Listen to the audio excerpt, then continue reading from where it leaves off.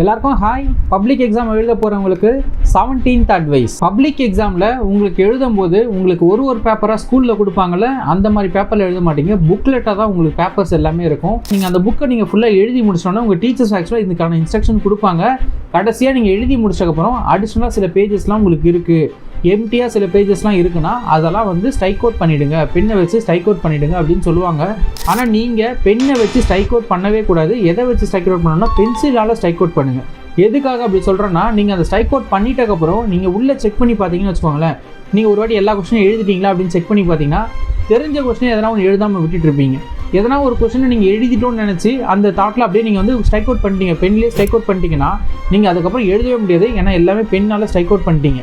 ஏன்னா ஒயிட்னரும் நீங்கள் அந்த எக்ஸாம் ஹாலில் யூஸ் பண்ணக்கூடாது, பெலிகேன் யூஸ் பண்ணக்கூடாது, ஆனால் நிறைய ரெஸ்ட்ரிக்ஷன் இருக்குது. அதனால் நீங்கள் ஸ்ட்ரைக் அவுட் பண்ண வேண்டியது எதால் ஸ்ட்ரைக் அவுட் பண்ணணும் அப்படின்னு பார்த்தீங்கன்னா பென்சிலால் தான் நீங்கள் ஸ்ட்ரைக் அவுட் பண்ணணும். எதெல்லாம் எக்ஸாம் ஹாலில் யூஸ் பண்ணக்கூடாதுன்ற மாதிரி ஒரு வீடியோ வேணும் அப்படின்னா நீங்கள் வேணுன்ற மாதிரி கமெண்ட் செக்ஷனில் போடுங்க. நிறைய பேருக்கு இந்த மாதிரி வீடியோஸ் தேவைப்படுச்சுன்னா நாங்கள் இதுக்கு தனியாக வீடியோ ரெடி பண்ணுறோம். பப்ளிக் எக்ஸாம் ரிலேட்டடான வீடியோஸ் எக்கச்சக்கமாக போட்டுட்ருக்கோம். வீடியோஸ் எதனா நீங்கள் பார்க்கலன்னா அந்த வீடியோஸ்லாம் ஒரு வாட்டி பார்த்துருங்க. எல்லாமே பப்ளிக் எக்ஸாமுக்கு ரொம்ப யூஸ்ஃபுல்லாக இருக்கும். இதுக்கப்புறம் போட போகிற வீடியோஸ் எல்லாமே பப்ளிக் எக்ஸாமுக்கு தேவையான வீடியோஸாக தான் இருக்க போகுது. அதனால் மறக்காமல் சேனலை போய் நீங்கள் சப்ஸ்கிரைப் பண்ணிக்கோங்க. எல்லாரும் எக்ஸாம் நல்லா எழுத. All the best.